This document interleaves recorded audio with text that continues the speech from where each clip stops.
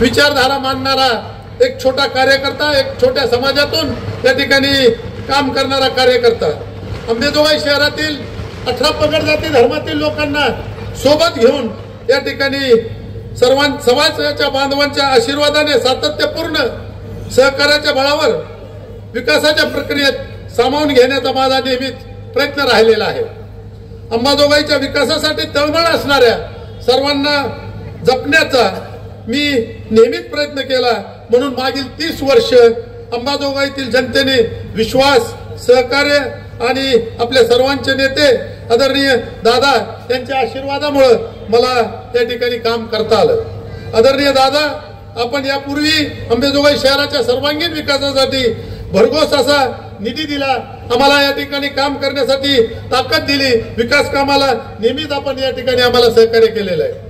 आज आम्ही तुमच्याकडे काही मान्यता करतोय, मागण्या करतोय, त्यामध्ये बुट्टेनाथ साठवण तलाव असेल, काळवटी तलावाची उंची वाढवण्याचं काम असेल, किंवा MIDC औद्योगिक प्रकल्पाच्या माध्यमातून इंडस्ट्रियल पार्क मंजूर करण्याचं काम असेल, किंवा स्थानिकांना रोजगार मिळावा म्हणून या ठिकाणी एखादा मोठा प्रकल्प आणि त्यासाठीचा निधी असेल, प्रशस्त रस्ते, पाणी, वीज, सांडपाणी व्यवस्थापन यासाठी आपण आम्हाला भरघोस असा निधी द्यावा।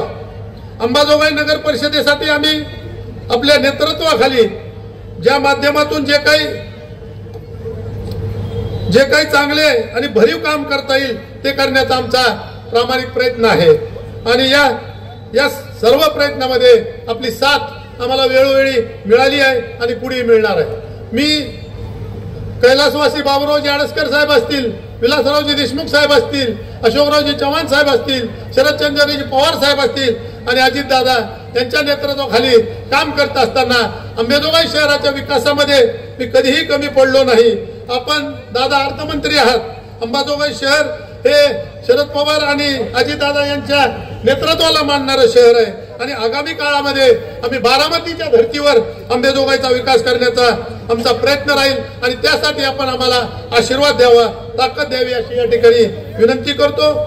आमच्या समोरचे विरोधक हे मागील 30 वर्षापासून अधिक काळ आमदार आहेत, मंत्री आहेत, पण मागील 25 वर्षात त्यांनी कधी नगरपालिकेला 1 रुपयाचा सुद्धा निधी दिलेला नाही। उलट आम्ही जे काही विकासाची कामं करतो त्याच्यात अडथळा आणण्याचा प्रयत्न त्यांनी सातत्याने त्या ठिकाणी केलेला आहे। कोणताही प्रकल्प शहरासाठी त्यांनी आणलेला नाही।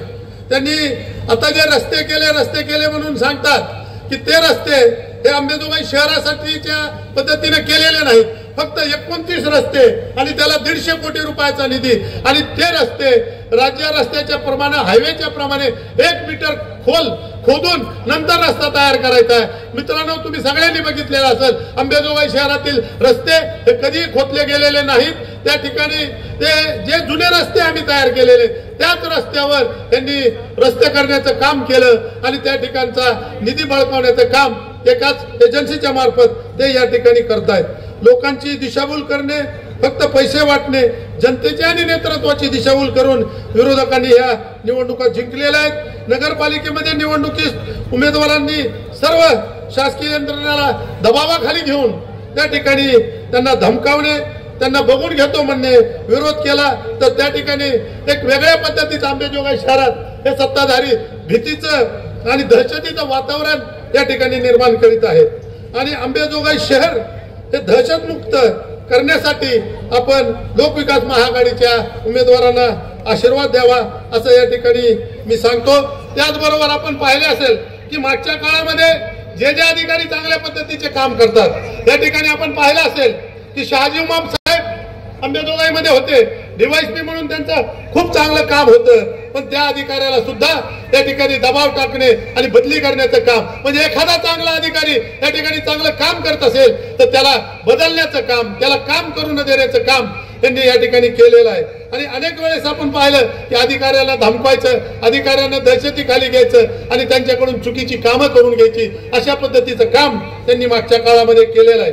या शहरामध्ये कधीही जाती दंगल झाली नाही, या शहरामध्ये सर्व लोक एकोप्याने राहतात। त्या ठिकाणी निवडणुकीचा माझा फॉर्म सुद्धा त्यांनी उडवण्यासाठी प्रयत्न केला, पण त्यांनी जे केविलवाने ऑब्जेक्शन घेतलं होतं ते निवडणूक अधिकाऱ्यांनी फेटाळलं. म्हणजे तुम्ही जर विकास केला तर तुम्ही निवडणुकीला का घाबरताय असा माझा त्या ठिकाणी सवाल आहे. ते प्रत्येक मतदाराला धमकावण्याचं काम, त्यांना एक वेगळ्या पद्धतीने दबाव टाकण्याचं काम या ठिकाणी करतायत. नंदकिशोरजी मुंदडा यांनी माझ्या विरोधात मागच्या 5-10 वर्षामध्ये जवळपास 1000 अर्ज माझ्या चुकीच्या कामाबद्दल किंवा काहीतरी माझी चौकशी लावा, मी चुकीचं काम केलंय अशा पद्धतीनं 1000 अर्ज केले. पण कोणत्याही अर्जावर किंवा कोणत्याही त्यांनी केलेल्या आरोपात कधीही तथ्य नव्हतं, म्हणून माझ्यावर कोणतीही कारवाई आजपर्यंत झाली नाही. त्यांनी जर मी चुकीचं काम केलंय हा आरोप सिद्ध केला तर मी या ठिकाणी राजकारणही सोडून देईन. पण अशा चुकीचे आरोप करणे, लोकांची दिशाभूल करणे अशा पद्धतीचा प्रयत्न ते या ठिकाणी करतायत. म्हणून अंबेजोगाईची जनता ते भावनिक साथ घालताय की माझी ही पहिली आणि शेवटची निवडणूक आहे. अरे आतापर्यंत तुम्हाला 40 वर्ष लोकांनी निवडून दिलं, पण लोकांच्या कामापेक्षा लोकांना धमकावण्याचं काम तुम्ही या ठिकाणी केलेलं आहे. सत्तेचा गैरवापर आपण सातत्याने या ठिकाणी केलेला आहे. त्याचबरोबर त्यांनी विकास कामासाठी निधी आणला म्हणून सांगतात. ही पाणी पुरवठ्याची योजना 2016ला मी नगराध्यक्ष असताना तयार करून ती पाठवली होती आणि तीच योजना आज तुम्ही या ठिकाणी करताय. त्याचबरोबर रस्त्यांची सुद्धा कामं जवळपास 150-200 कोटीची केली, पण त्यापूर्वी आम्ही भुयारी गटारासाठी सुद्धा योजना पाठवली होती. म्हणजे पहिलं भुयारी गटार केलं पाहिजे, त्यानंतर रस्ते केले पाहिजे. पण असं न करता या ठिकाणी आधी त्यांनी रस्ते केले, म्हणजे पुन्हा उद्या भुयारी गटार करत असताना हे रस्ते या ठिकाणी तोडावे लागणार आहेत. म्हणजे शासनाच्या निधीचा अपव्यय करण्याचं काम त्यांनी या ठिकाणी केलेलं आहे. आणि म्हणून मी या ठिकाणी सांगू इच्छितो की दादा, आपण आम्हाला या विकास कामासाठी वेळोवेळी निधी दिला आणि पुढच्या काळात सुद्धा तुम्ही आम्हाला नगर परिषदेच्या माध्यमातून आम्ही निवडून आल्यावर आम्हाला भरघोस निधी देणार आहे आणि त्या निधीच्या आधारावर या अंबेजोगाई शहराचा कायापालट केल्याशिवाय राहणार नाही. अंबेजोगाई शहर एक स्वच्छ शहर, स्मार्ट शहर, एक चांगलं सांस्कृतिक शहर असं म्हणून पुढे येईल अशा पद्धतीचा प्रयत्न मी आणि माझे सर्व सहकारी उमेदवार पुढच्या काळात केल्याशिवाय राहणार नाही. आणि म्हणून मी या ठिकाणी उपस्थित सर्व मतदारांना आवाहन करतो की आपण आमच्या लोकविकास आघाडीच्या सर्व उमेदवारांना मतदान रूपी आशीर्वाद द्यावा आणि तुमची सेवा करण्याची संधी द्यावी एवढंच या ठिकाणी बोलतो. पुन्हा एकदा दादा या ठिकाणी आले आणि ते आम्हाला आशीर्वाद देत आहेत, आमच्या पाठीमागे ते खंबीरपणे उभे राहत आहेत. त्यामुळे त्यांचा आभार मानतो आणि थांबतो. जय हिंद, जय महाराष्ट्र, जय अंबाजोगाई.